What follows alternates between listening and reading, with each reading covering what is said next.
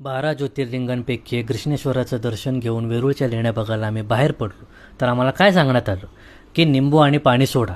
आता लिंबू आणि पाणी सोडायचं तर मग काय प्यायचं? तर ते थेट पावसाचंच पाणी प्या असं त्यांचं म्हणणं होतं.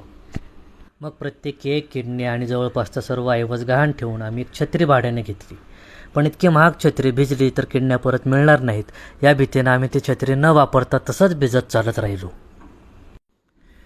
पण जवळपासचे सर्व पैसे संपल्यामुळे आम्ही तिथेच लोकल गाईडचं काम केलं आणि वेरूळच्या लेण्यांमध्ये पुण्याच्या शनिवारवाड्याची माहिती सांगून टाकली. पण कोणालाही काहीही कळलं नाही, कारण लोक इतिहास वाचतच नाहीत.